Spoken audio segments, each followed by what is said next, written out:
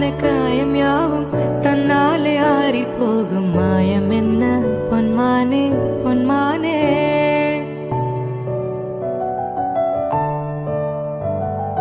என்ன காயமான போதும் என் மேனி தாங்கிக் கொள்ளும் முந்தன் மேனி சங்காது செந்தேனே. எந்தன் காதல் என்னவென்று சொல்லாமல் எங்க அழகு வந்தது.